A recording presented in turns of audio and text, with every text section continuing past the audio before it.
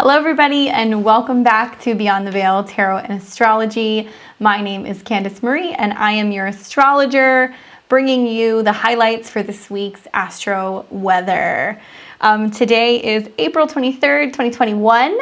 Really excited to be back, kind of getting in a good flow with some of this stuff. So thank you guys for joining me on a Friday night. I see some people that are in the chat. Nice to see everybody. Thanks for coming back.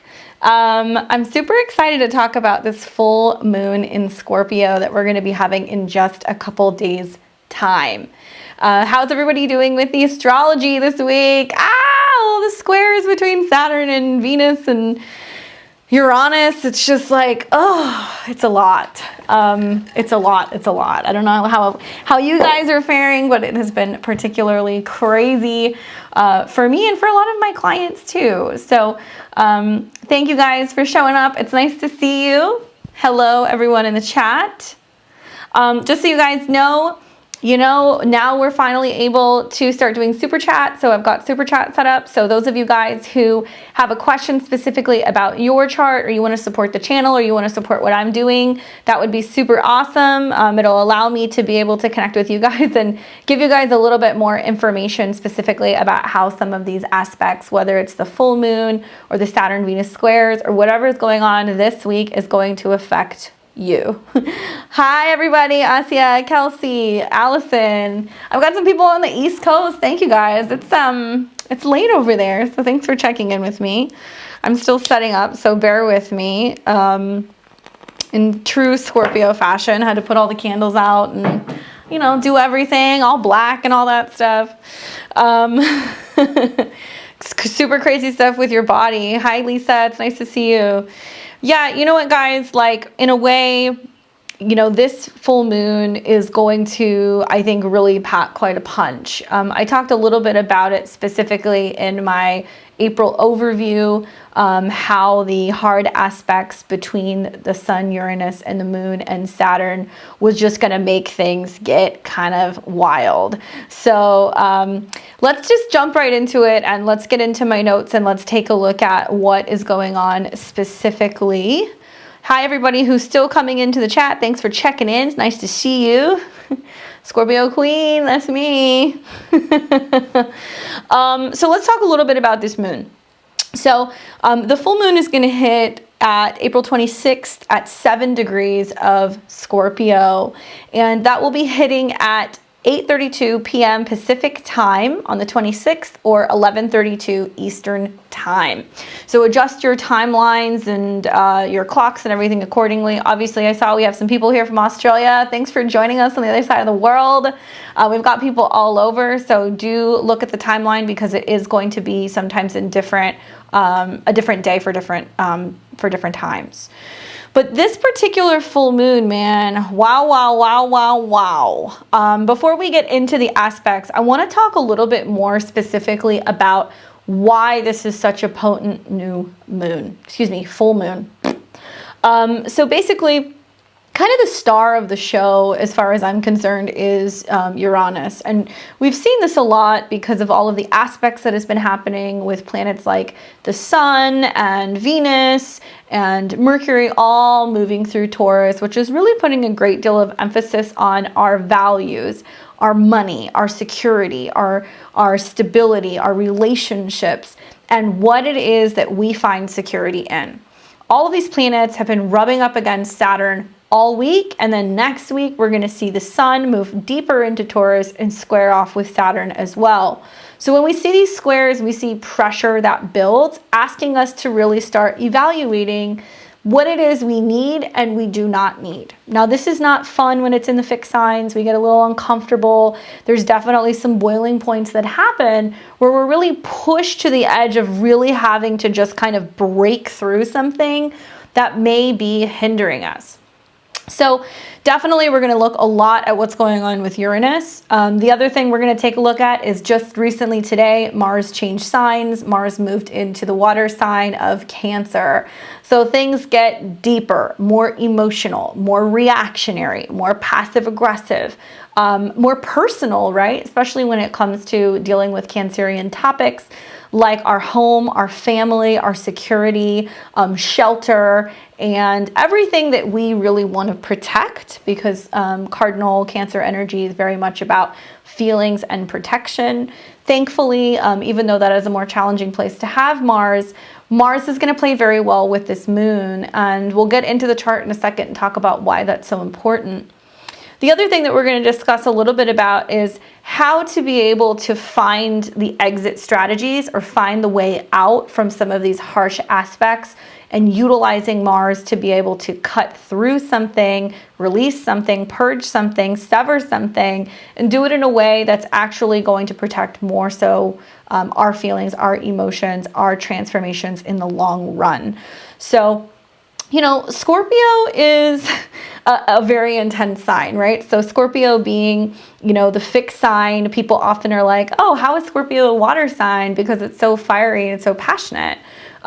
Yes, Scorpio is ruled by Mars, which is the planet of war, right? But also it's co-ruled by Pluto. So there's kind of like this regenerative energy with Scorpio. And it's always an interesting time when we have a Scorpio full moon, because it's like all of the skeletons come out the closet, right? Like if something needs to be purged, if something really needs to end, if something scary needs to happen, if we need to have that deep psychological trigger, chances are it's going to happen when we have a full moon in Scorpio.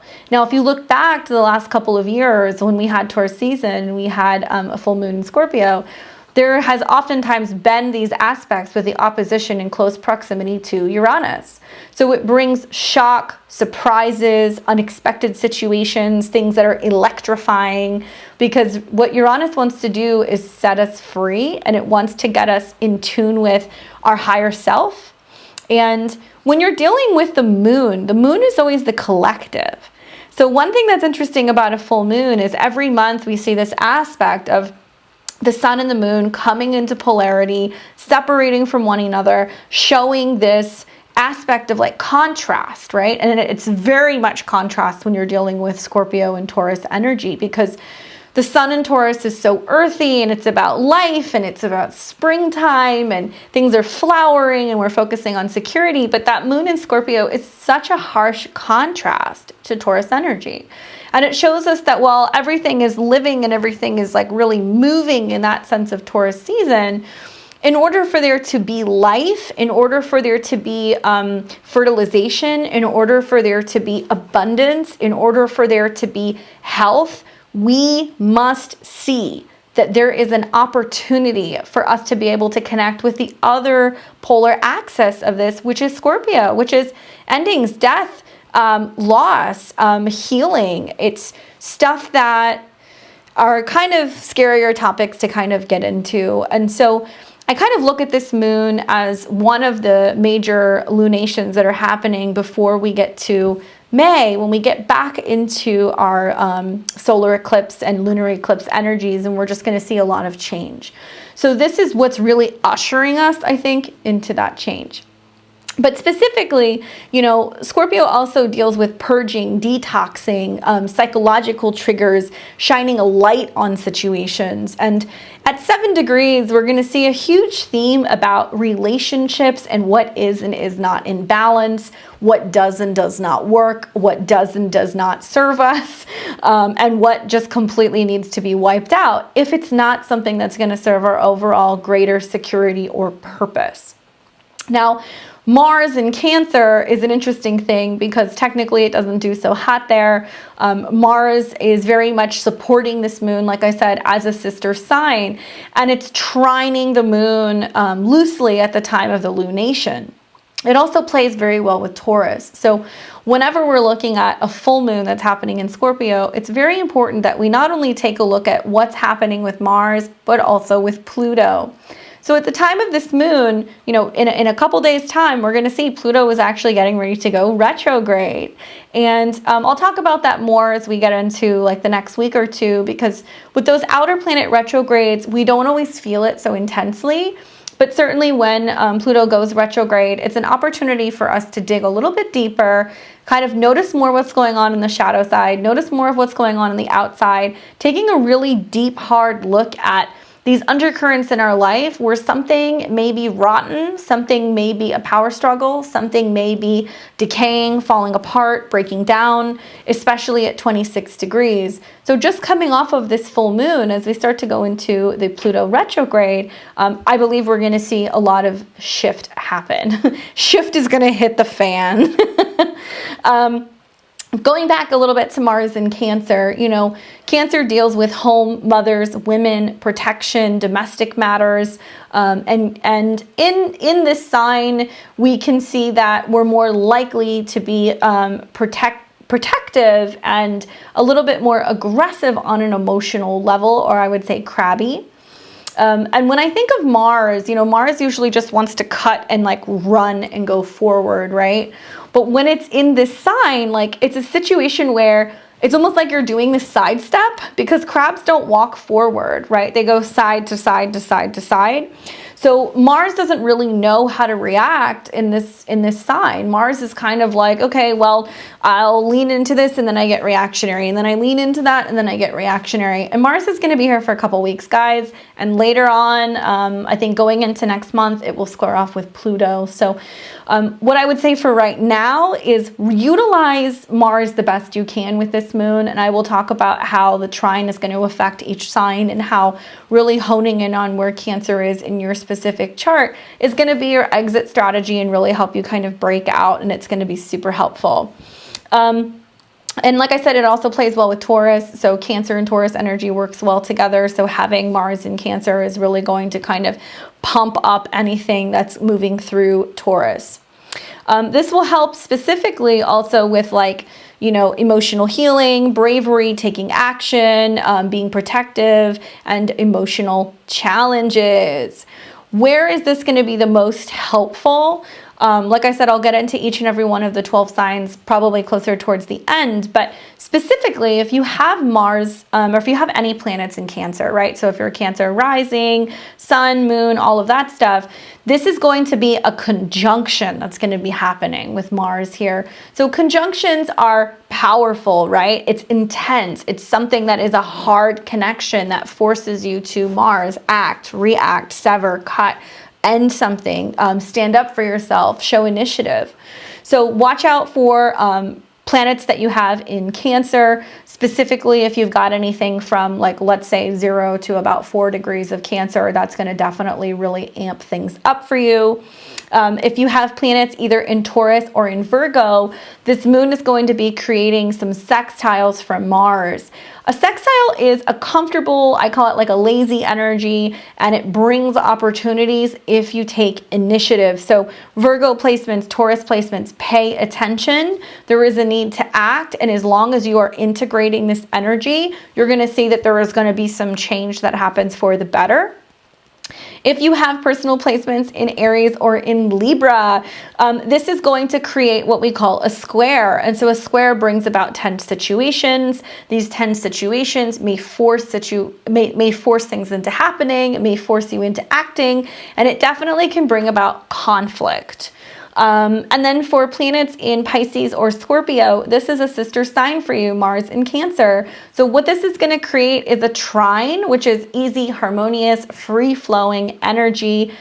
Granted, it is going to be watery, so it's more about your dreams, it's your intuition, it's your feelings, it's how you're responding on an emotional level. And then for Capricorn placements, you know, Cancer is your polar energy. It's your opposite. So what you're going to see is that this is going to create a bit of like a back and forth, or some tension and like a tug of war, where you have to go back and forth and you have to do both. Just keep that in mind. Going back to Mars also, you know, Mars deals with separation and burning and purging and cutting and surgery and things like that.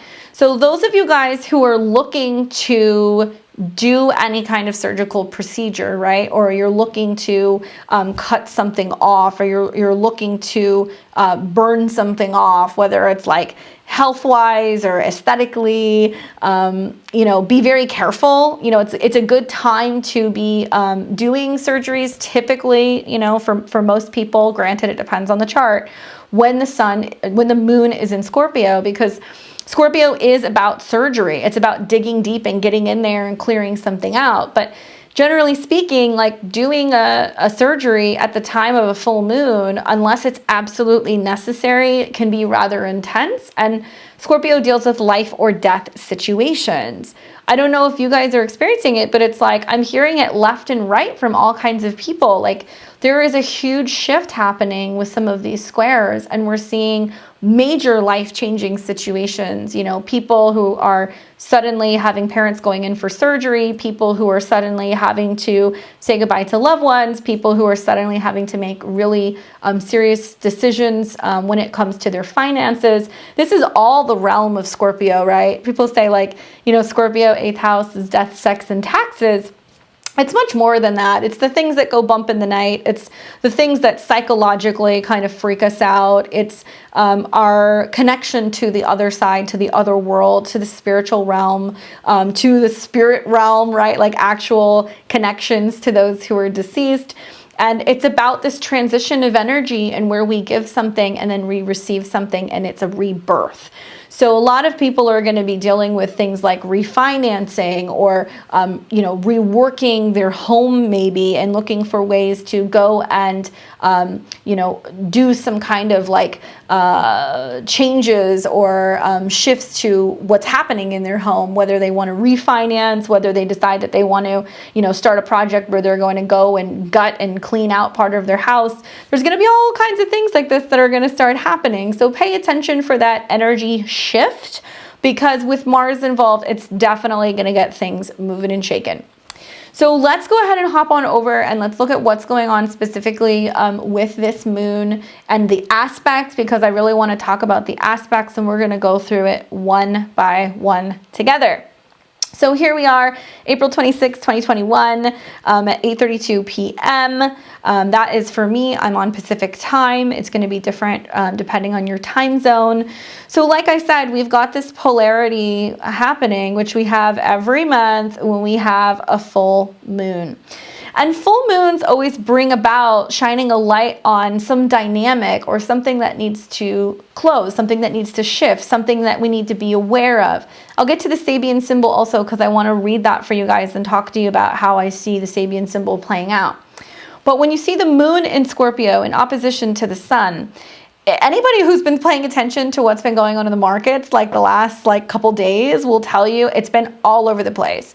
Crypto took a dive. I don't know if it's back up or not. I know the markets went kind of haywire because there was talk about what was going on with the taxes and Biden implementing this tax for, you know, those people who are considered upper class, and getting some heavy taxes on their tax stuff. Excuse me, on their the stuff that they're cashing out, their investments. So that obviously made the market fluctuate, and people kind of freaked out, and then I think they overreacted, and then it bounced back a little bit. So we're seeing that volatility that I was talking about with the Venus-Uranus conjunctions and square to Saturn. So I think that you're going to see this really build up until the 26th. Now, today is Friday, so we're not going to see a lot of this stuff, I think, come together until closer to Monday, Tuesday of next week. But with this opposition, best believe lots of people are going to be talking about the banking systems. They're going to be talking about what's going on with finance, what they're investing in, what they have, what they don't have, what they're buying. And the Saturn-Venus square is taking place as we speak over this weekend. So as a result of conversations you have about finances, about money, about values, about relationships, it will be building into this full moon, which in a way, we're already kind of in the energy now, and it's going to play out over up until mid next week. Now, the other thing that we've got going on is, like I said, we've got the moon that is in a trine to Mars in Cancer. So trines are these lovely, watery, flowy, at least in a water sign, energy that just makes things happen. So when Mars is trine to the moon, it tells me that the collective is going to get stimulated. They're going to get riled up. They're going to want to do something. They're going to want to protect something. They're going to want to react. They're going to want to fight.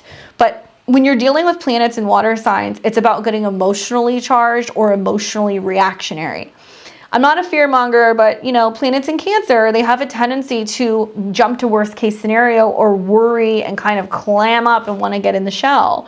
So there can be things that are happening over the weekend and going into early next week that make people want to protect. They want to jump into action. They want to do something.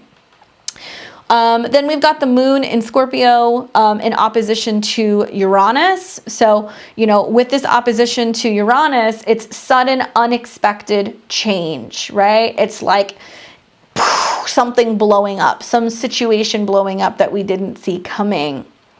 Uranus, like I've talked about this before, you know, this is really setting us up, I think, for the Sun-Uranus connection that's coming up next week. And I'll get into when that's starting. I have to look at my software in a second, but that's definitely going to be some sudden, unexpected shifts, closing of chapters, awareness, secrets being exposed, things coming out. Then we've got Mercury in Taurus right here. So this is the messenger. And Mercury, as you can see, at 16 degrees, it's coming into this square with Saturn. So Saturn squares, what that does is it makes us really shift gears and kind of hit the brakes or pump the brakes a little bit to figure out whether or not it's a good investment, whether or not we want it, whether or not we need it, whether or not we value it, right? And Saturn in Aquarius is what's best for everybody overall. So you see this theme, right, of like Venus, Mercury, Saturn all squaring with each other.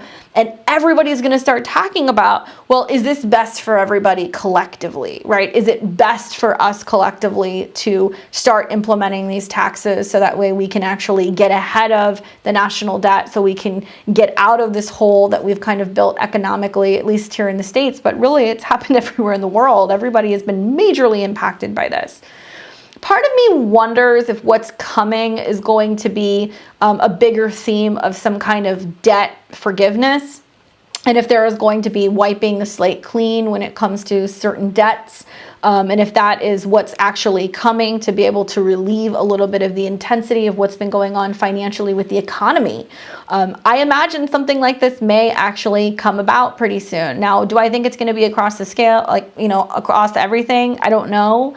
But I think that this is kind of setting us up for economists and people who are running the world to kind of realize that if we do not have Mars in Cancer, what we need to feel safe, if we are lacking home and food and security and clothing, if we're not giving food to those in need, if we're not focusing on giving shelter to those in need, then how are we ever going to be able to grow and heal collectively? Like, how can we do that, right? So what is it that we need to change financially and energetically, and where do we need to rebalance things a little bit so that way we can get on the right track?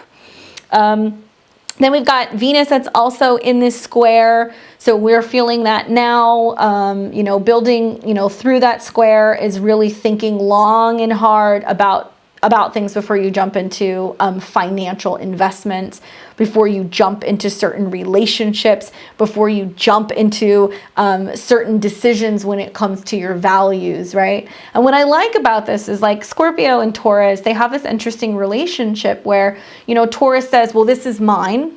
This is what I need. This is mine. This is what I need for security. And Scorpio's like, okay, great, that's fine. But how do we make more of it? Or how do we share? Or how do we spread the wealth? Or how do we spread the healing? Or how do we spread the magic?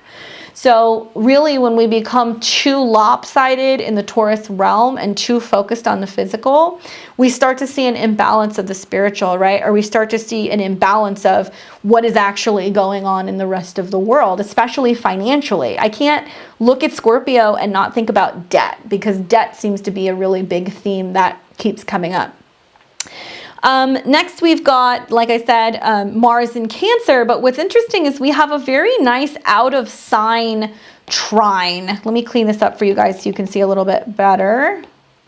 But we've got a really nice out of sign trine. So Mars is in Cancer, but it is trining Jupiter in Aquarius. Big news, Jupiter is going to be going into Pisces next month. I'm going to be doing a video on that very soon, so stay tuned. That's going to come out in like the next couple weeks.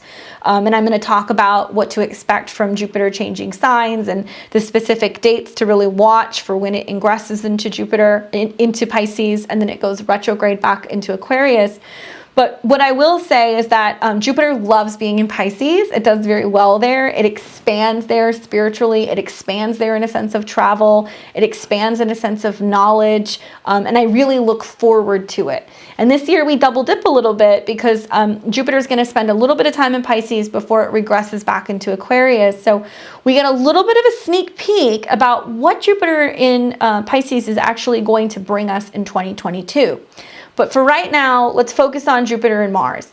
So Mars wants action. Jupiter wants expansion. It wants travel. It wants change. It wants knowledge. It wants to share. It wants to socialize. So to have this out of like element trine is kind of interesting because that tells me that there is a huge expansion coming when it comes to how people are reacting. Part of me wonders if there's going to be an effect on the housing market, just having Mars in Cancer and Mars coming into a trine with Jupiter. Part of me wonders if this is setting the stage for getting people ready to start going on cruises again, if this is getting people ready to start actually going out of their homes and traveling more. It'll be interesting to see how this plays out because I genuinely believe we're going to start seeing from about May through August a lot more travel and a lot more people finally starting to come out now that they've been vaccinated or now that they've been hanging out in their house for the better part of almost a year and a couple months. People are just going to start getting restless and they're going to want to roam with Mars trine Jupiter. We've got Saturn in Aquarius, square to Uranus and Taurus. This is nothing new. This has been going on for some time.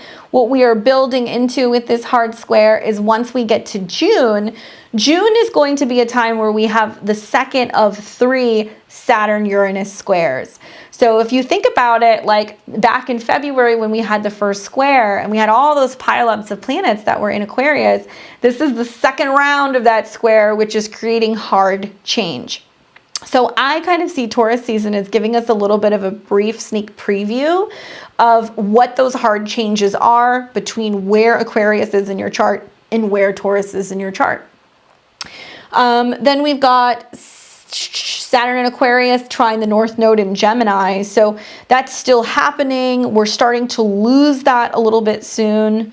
And that's pretty much because the North Node is now moving and I work with the True Node, that's just me. But right now you can't really see it, but the North Node is at 11 degrees. So at 11 degrees, it creates that trine to Saturn. So Saturn trine the North Node, we talked about this a little bit recently. Saturn is supporting where we're going. It's supporting the direction we're going in. It's supporting events that are taking place in June as we're getting planets through Taurus and into Gemini. It's, in my opinion, some of the most important astrology is actually going to happen from about mid-May through the end of June of 2021. As all of these planets dance with the North Node in Gemini, bringing us new information, new media outlets, all different kinds of new technology, all different types of new things that involve travel and gadgets and computers and cars and ships and all kinds of stuff with those trines to Saturn. And then the eclipses that are going to also be happening in June. So May, in a way, and this full moon, at least the first 2 weeks of May, still feel a little clunky. There's still a little bit of like trying to get out of our own way. But it's hard to imagine with all these planets in Taurus that we aren't going to see physical change. Physical change will happen with the world, with money, with our Earth, whether this is earthquakes, volcanoes, shifts that are happening geographically. I mean, I'm not crazy about saying some of this stuff, but we're definitely going to see things rock and rattle and roll in like the next, week or two, especially as a result of this full moon. Now, the other thing that I was taking a look at also is Chiron in Aries. It's now making a trine to the South Node in Sagittarius and a trine to the North Node. Now, some people might go, yeah, but that's not a planet. Yeah, but I mean, I have seen quite a bit of action with transits that happen with Chiron. Those of you guys who aren't familiar with Chiron, he is a centaur. He is associated with healing, psychic healing, spiritual healing, and healing oneself. He was like a psychic doctor, so to say.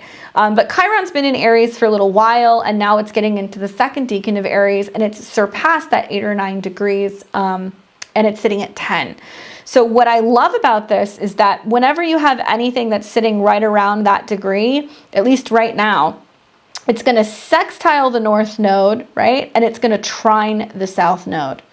That opens us up to move collectively, and as long as we're doing our self-healing, our self-awareness, our self-work, it's really funneling all of that yummy energy into the north node and helping us all collectively move forward, communicate better, take responsibility for our wounds, holding ourselves accountable for doing our own work, so that way we can communicate, because so much of this north node that's in Gemini is learning how to find the middle ground collectively, even if we don't agree, being able to have conversations and being respectful and exchanging ideas and being able to see two sides of a situation. We're moving away from the south node in Sagittarius, where there's a lot of this super kind of like self-righteous, all-knowing, holier than thou energy. And what's happening is like there's a collective healing that's taking place. I really feel like it's been happening from about March of this year all the way until about June or July, where we're actually going to start to see some clearing out, I believe, of the truth, especially when it comes to media, when it comes to what's happening with the pandemic and what's gone on with the virus and what's been going on with the vaccines. I also believe we're going to start to see people just learn how to communicate a little bit better and become more so aware of all of the things that are going on behind the scenes that are actually orchestrating and creating chaos or division, or kind of tainting certain media outlets that are actually creating division and strife in this world.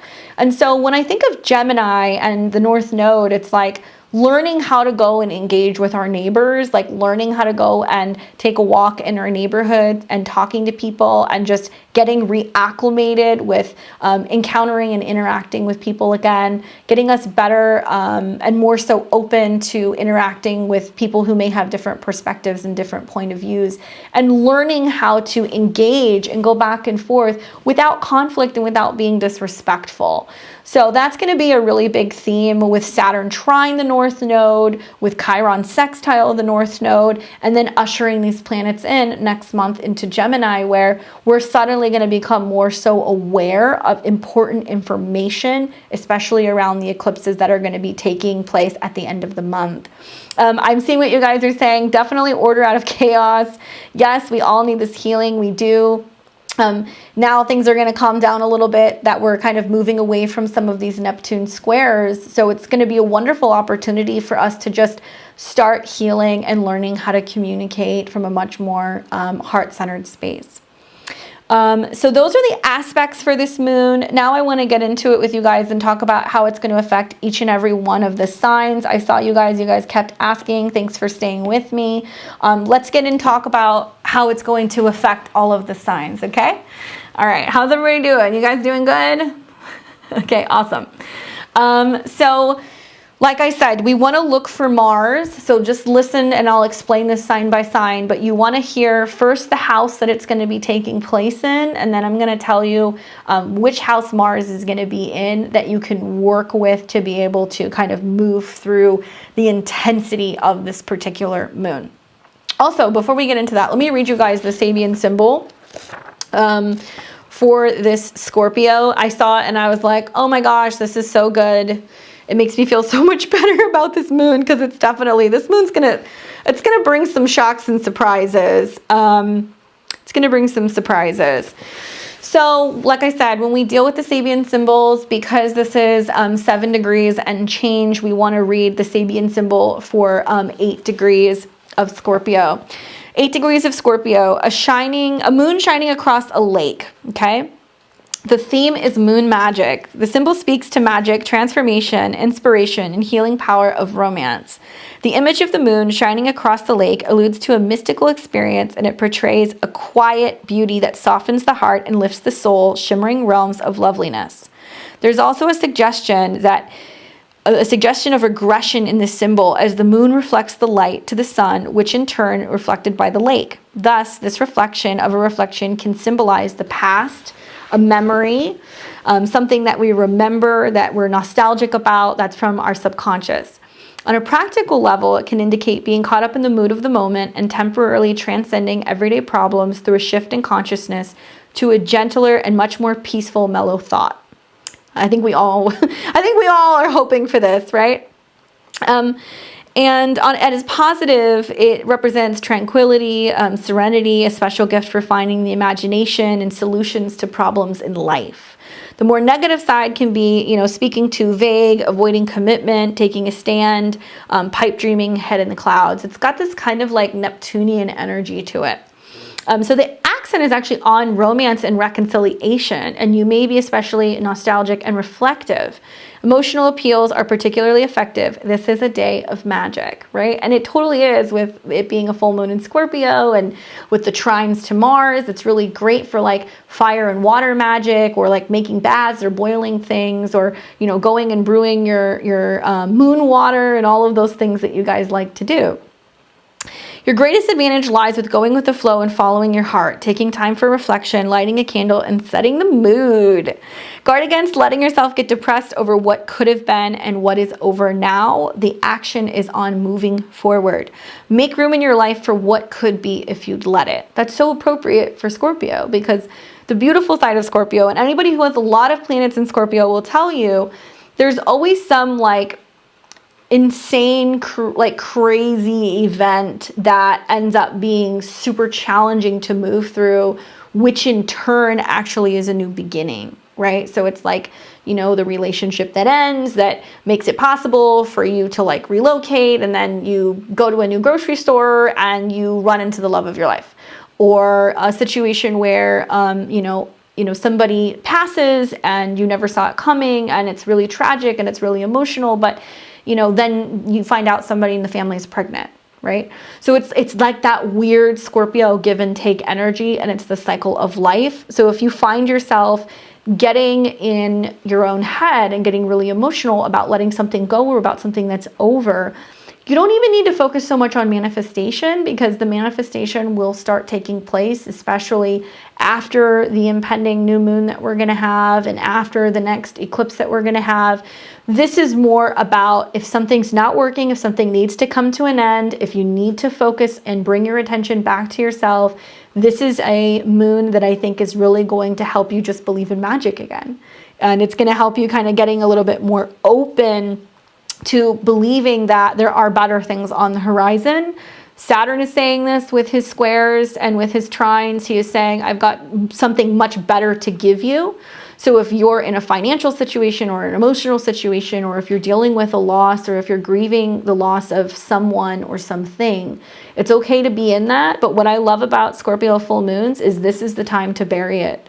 This is the time to mourn. This is the time, if you have to light a candle and cry your eyes out all night, you can do that. If you have to ritualize it, put something in a box and bury it. If you have to donate something, if you have to get those things out of your house, if you have to purge, if you have to let go, work with the energy of Mars and realize that sometimes taking that initiative is exactly what needs to happen. And initiative and being brave doesn't always mean in a physical sense. Sometimes it means more in an emotional sense, and being willing to step into the unknown in spite of not knowing if, something is going to grab your hand, or if there's going to be a stepping stone. It's going, I just know I have to change, and this is really scary, and change is really hard, but I have no other choice, so I just have to go for it. When you do this, the universe will rise up to meet you. Don't forget that. Some stepping stones would be reflection, contemplation, serenity, memory, romance, yearning, desire, magic mirror, unconscious, and psychological realignment. Lots of magic in this moon. I'm very excited for it. Okay, so everybody's waiting. Everybody wants to know how it's going to affect them. So let's kind of get into that, and let's talk about that a little bit, and I'll pull some cards for you guys. I've had like Moldavite sitting on my cards all day. So we'll see if my cards are going to act up and be naughty. Oh, I love that sound. New deck, new deck. All right, so listen first for the house that the full moon is taking place in, and then I will talk about Mars and where Mars is helping open everything up for you and give you all of the exit strategies. Those are like those little lit up neon signs that you want to look for that's going to help you move through this full moon. Please listen for your sun, moon, rising. My advice is with my predictions, yes, do listen for your sun sign, but if you want to know what's physically going to happen, listen to your rising sign first and then listen to your sun sign. The sun sign is going to be more about how it applies to you on a personal level. The rising sign is what will happen. The moon side also can be about what's going on with you like emotionally. Okay, so for Aries, this full moon is taking place in your 8th house of joint resources, death, sex, transformations, psychological transformations. And I see it being a time where you may have to get on the same page with a partner about money, about investments. You may have to pay a tax bill. You may have to focus on what's going on with your debt and what you're spending and all of that fun stuff. Likewise, there can be an unexpected kind of gift that can come. Something can be gifted to you. It's like you pay your tax bill and then you find out that you're getting a refund, or you know, you pay your taxes and then you end up getting a bonus. Like weird things like that can happen. Definitely, because we're also going to see Mars is in your 4th house of family.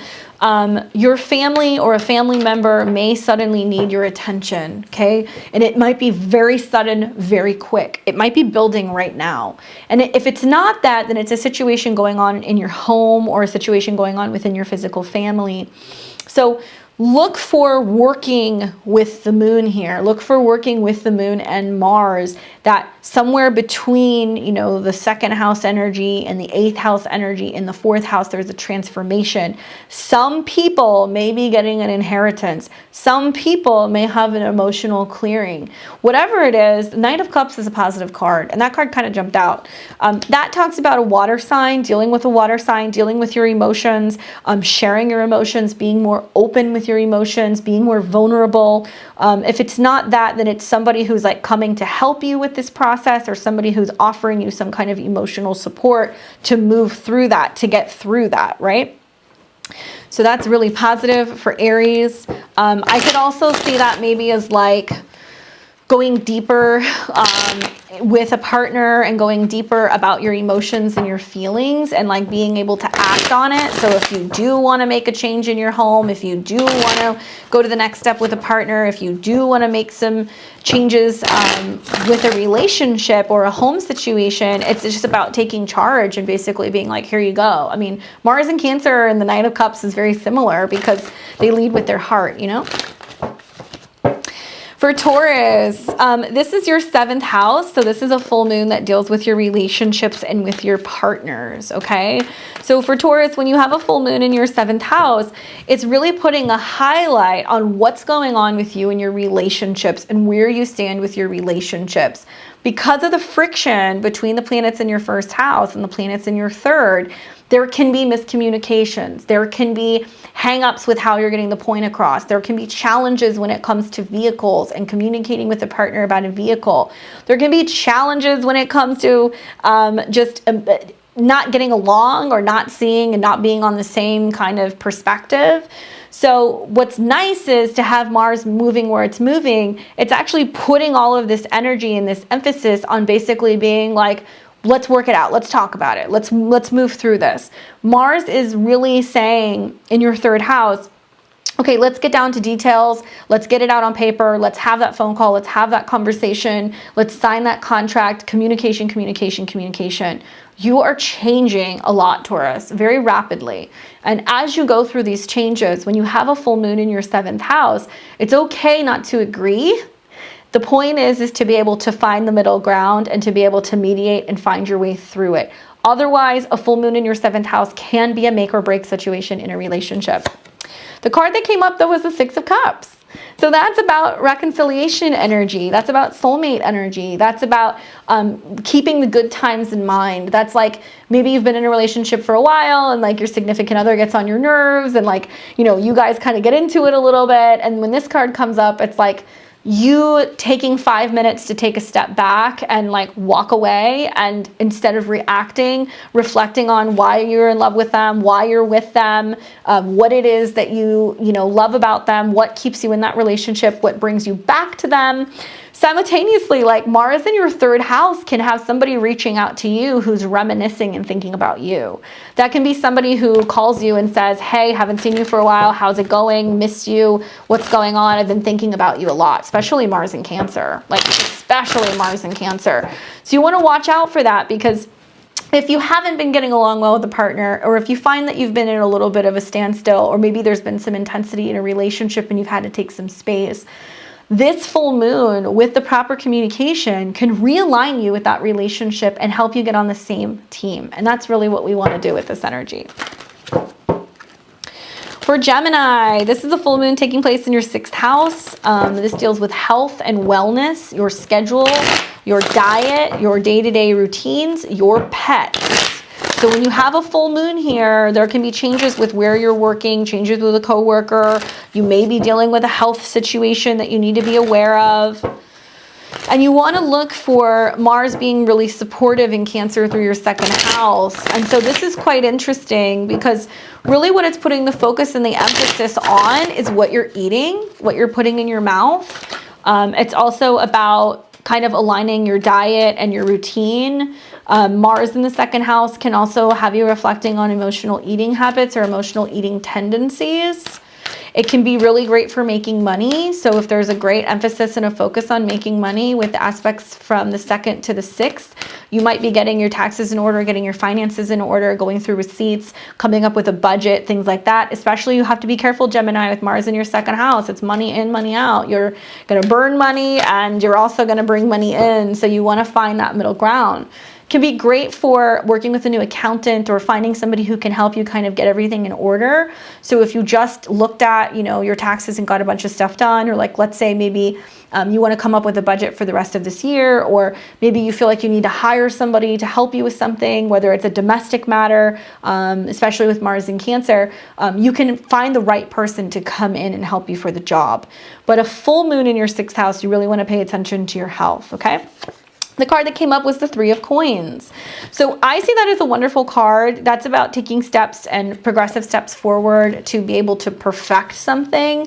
For me, the 3 of Coins is also like just staying active and staying super busy with work and staying on task with work, which I feel like you can, but this full moon might be a great time to really kind of analyze and see what is and is not actually profitable for you. So you can really kind of hone in on what you do need to be doing to be able to make money and to feel the most productive. For Cancer, this is a full moon in your 5th house. Mars is in your 1st house. So you are on the move. You're active. You're emotional. Maybe you're a little moody. Little reactionary there, Cancer. But the 5th house is interesting because the 5th house is about children and passion and falling in love. So like a 5th house full moon and Mars on your ascendant is going to have you wanting to be romantic, wanting to be in love, wanting to spend time with children or with a lover or with a loved one. It's going to have you feeling very passionate with Mars on your ascendant. This might be a time where you're like, I love you. I'm in love with you. Let's go to the next phase. Let's go to the next step. Some of you guys might be talking about having children. Some of you guys might be finding out you're pregnant. Some of you guys may just be finding that you're a little bit more lusty and passionate. Wow. Okay. And the cards that came up were the Tower and the 10 of Cups. Really random, right? Like these are like two like really kind of like opposite cards. The Tower I see is a card that comes up where it's almost like there can be this sudden situation that happens within the family. Like, I almost wonder for a lot of Cancers, is this going to be like, you know, oh my God, I'm pregnant. What are we going to do? And you didn't see it coming and you weren't planning for it. But the Tower is like this whole leveling of some situation that happens in your life that really pushes you forward, and it has to do with overall happiness, long-term goals, long-term family, and like emotional security. And I keep feeling for Taurus, for Cancer, this is going to be something that's going to happen more in May. Like, it's going to be like more like mid to the end of May. So like this may come a little bit as a delay. And I feel like it's like there might be a crisis with the family, but it's like it's better to get it done now. It's better to handle it now. Whatever comes up now, handle it now, do it now. And it may seem like it's catastrophic, but if you delay this decision, whether it's a move or something going on with your family, it'll be harder for you to deal with in about a month's time, okay? Hang in there, Cancer. With Mars on your ascendant, you're so brave. You'll be fine. For Leo, this is taking place in this full moon's taking place in your 4th house. So your 4th house is your home, your family, your emotional well-being. It can be a time where there's big happenings going on with your family. It can be a time where there's big happenings that are going on with closing on a home deal, moving, relocating, selling a house, something that's happening with family. I will say, Leo, because you're a fixed sign and because this is a full moon in Scorpio with some harsh aspects to planets that are in Taurus, this can be harder, Leo. This can be a time where you have to say goodbye to a home, or you have to say goodbye to a relationship, or you have to say goodbye to a loved one or a family member. It can be something that's really emotional. Okay, so 4 of Wands. So that's not terrible. 4 of Wands is a great card. And 4 of Wands deals with a temporary situation, a temporary space, small accomplishments. You know, it's like a mini goal. So if your mini goal is, hey, you know what, we just need to really focus on, you know, getting from point A to point B. When I see this card, it also talks about like small celebrations. So maybe this is actually going to bring about like a family get together or a family gathering. You know, I am looking at, for you, Mars being in the 12th house, which can be a little bit more of a challenging energy to kind of manage and navigate, because it tells me that there's some inner restlessness. It's like you're anxious, you're waiting for something to happen, you don't know what's going to happen, you're just waiting for something to kind of evolve. And at the time of this full moon, it's going to be a bang. Thankfully, this is a good card. So I'm hoping that this is just like, maybe there's like a surprise party or a family get together and you've got a lot of people in your place and you're like, oh my gosh, like I've got so much going on. I don't have time for this. Like, you know, maybe you've got your in-laws over, you've got family coming to stay with you, or maybe you're moving back home. So it does feel a little stressful, but maybe you're going to be greeted with open arms. For Virgo, this is taking place in your 3rd house of contracts, communications, siblings, short distance traveling, vehicles. So a full moon in this house, especially when it's in Scorpio, can bring about communication with a Scorpio. It can bring about a message, an email, or somebody who maybe is like mysteriously coming in and trying to communicate with you. Okay? And it is making aspects to your 11th house. So it can be somebody who sends you a message on social media. It can be a friend that adds you on Facebook or adds you on some platform. It can be a friend that reaches out to you that you haven't heard from some time. It can give you the opportunity to hash something out with a friend if there's been a little bit of a squabble. You know, Mars in the 11th house can also be friends trying to push you to get out and do something, to come and visit, or to come and visit you, or to pick up the phone and they want to spend more time talking to you on the phone, or they have an important question that they need to ask you, or something that they need to tell you about. Now, the card that came out was the Page of Cups. So I do feel like it's an emotional situation. I do feel like it's a friend that might want to connect with you on a more romantic level. I do feel like it could be a friend that is going through some stuff with their family and they feel like they need to talk to you, or they just need someone to kind of lean on. So pay attention for that. For Libra, this is going to be taking place in your 2nd house of money, finances, resources. and Mars is in your 10th house. So Libra, this can be a little bit more of an intense full moon for you because the full moon is happening in your 2nd house, where you either need to get paid or you need to pay something. You may already be feeling this. You may be expecting some kind of a payment, and maybe you're waiting on somebody else to get you the money, or you're waiting on a loan, or you're waiting on something to go through. Very kind of funky time for Libras with all those planets in your 8th house right now. Now, Mars is in your 10th house of career. So the good news is that you're motivated. Like maybe you're working on something and you're not quite seeing the money yet. You're not quite seeing like the money show up. It's not flowing, but you're really motivated to create change. You're really brave with Mars in your career sector. And I see like the full moon in the 2nd house is really highlighting your natural talents, and it's highlighting what you invest in, what you invest your time in, what you invest your emotions in, Scorpio, what you're passionate about. And even if you're not seeing the money show up yet, keep going, because Mars in Cancer in your 10th house is making all of these positive aspects to your 2nd house. So it's the projects you're working on right now, the things that you're putting out there right now, it's going to end up coming back and it's going to give you what it is you're looking for. The Devil card. So it is about your career. It is about Saturn, right? And many, I think Libras are realizing that whether they're self-employed or they have a passion project or there's something that they're doing, they feel stuck, and maybe they've spent a lot of money putting into this, or maybe they've just realized that they've been spending more money than they've been earning. So I see like the Capricorn, Saturn, Devil card is kind of being like, hey, like cool it, like be aware where you're pushing too much. Be aware where maybe you're feeling like you're a slave to your job or you're a slave to work. And don't be feeling like you're in a situation where you just have to work to live, right? Or live to work, so to say, excuse me. So you shouldn't be feeling like you need to live to work. It's about working and feeling creative and feeling productive.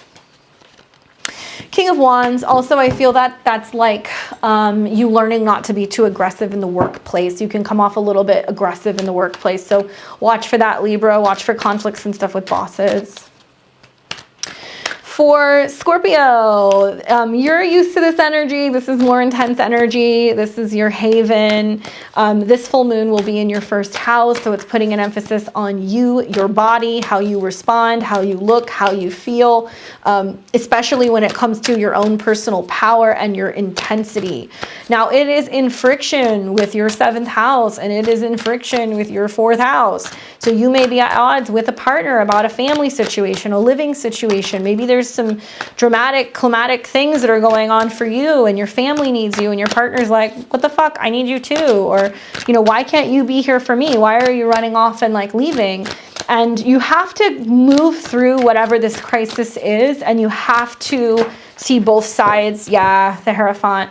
You have to see both sides of the situation, but also it's like you're going to be stuck with being like, well, what is the right decision? There is no right way. There is no right answer. I'm damned if I do. I'm damned if I don't. Don't want to disappoint your family. Don't want to disappoint your partner. The Hierophant is Taurus. And really what it's saying is that you benefit with this full moon. Obviously, it's about how you act and how you feel, and your body might react, but you benefit by actually leaning on your partner, talking to your partner, communicating with your partner. Don't lose it on your partner. Really focus on being able to come back to center and doing what is right.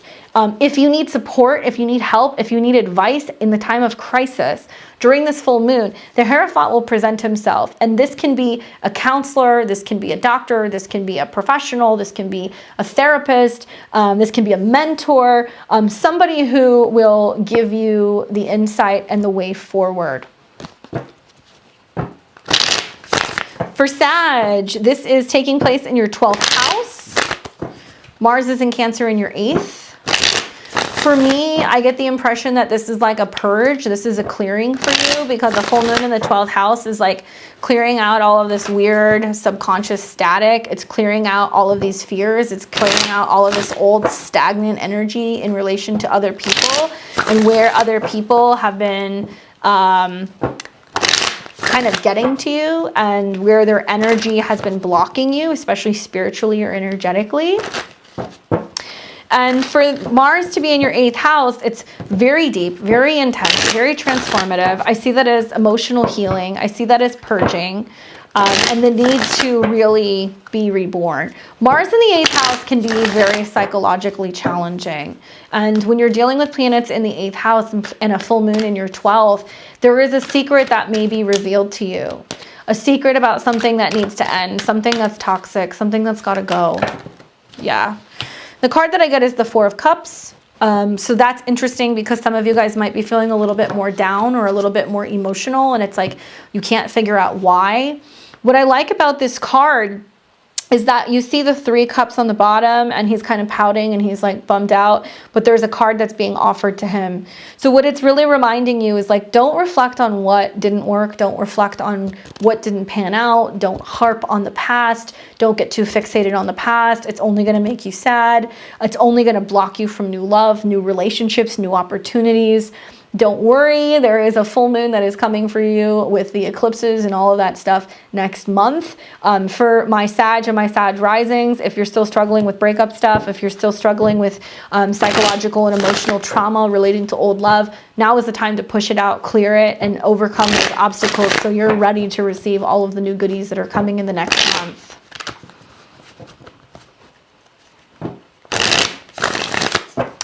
For Capricorn, this is taking place in your 11th house, this full moon. You're looking for Mars in your 7th house to help you work with this energy. So a full moon in your 11th house involves like a friend or a friendship or hearing from somebody suddenly, a party, a celebration, an event, an awareness of your goals and where you're going life-wise. And for Mars to be moving through your 7th house is putting an emphasis on relationships. So it's like maybe a friend is like trying to get you to go out and socialize so you can meet somebody, or vice versa. A partner can be saying like, we need to get out, we need to do something. And this is about you focusing more on a relationship or a partnership or a friendship and really being able to take action and see that either you're pushing somebody into action or somebody's pushing you into actually socializing.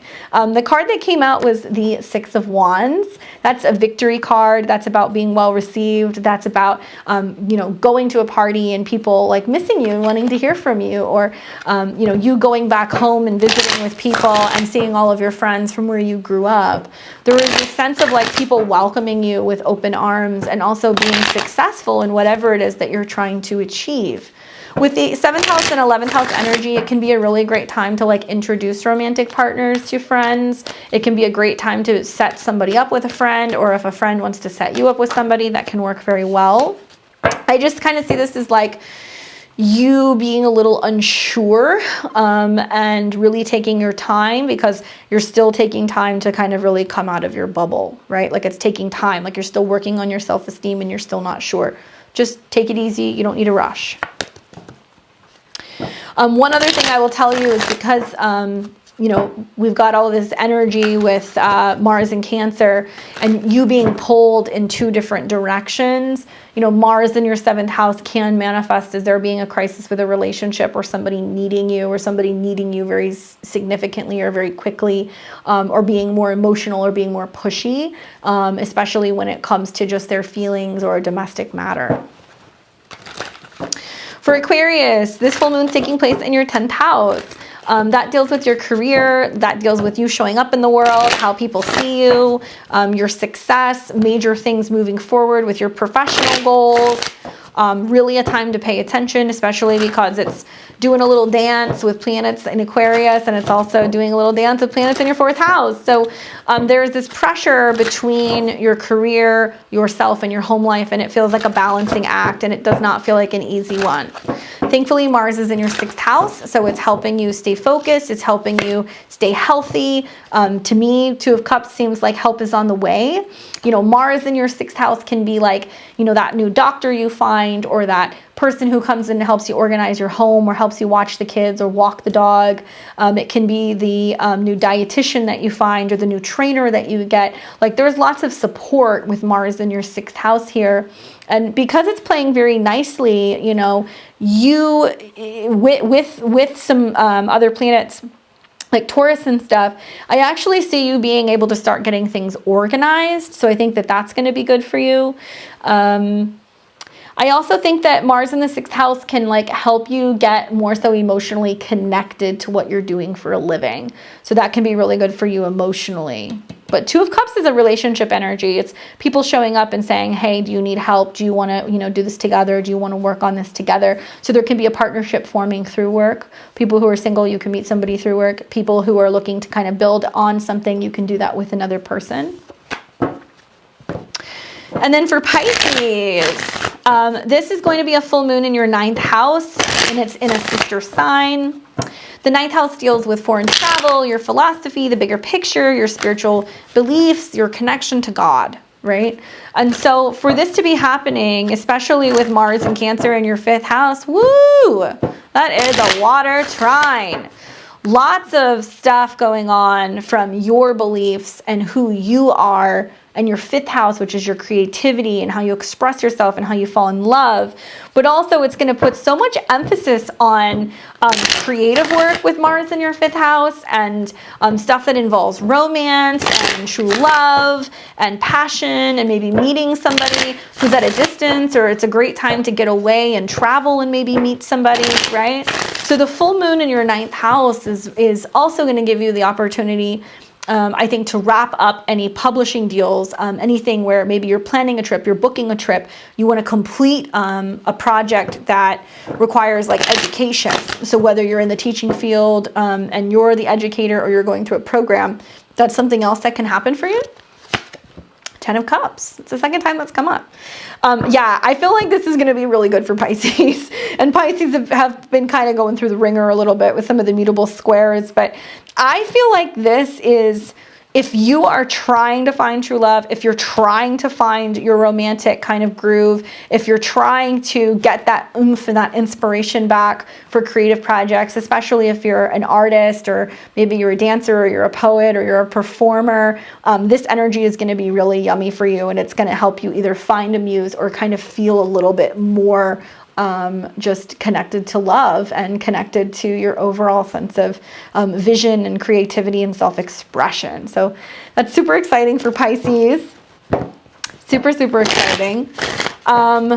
Wow, guys, I think that was pretty much everything. I've been trying to kind of do this and look at the chat a little bit. So I see all of you guys in the chat.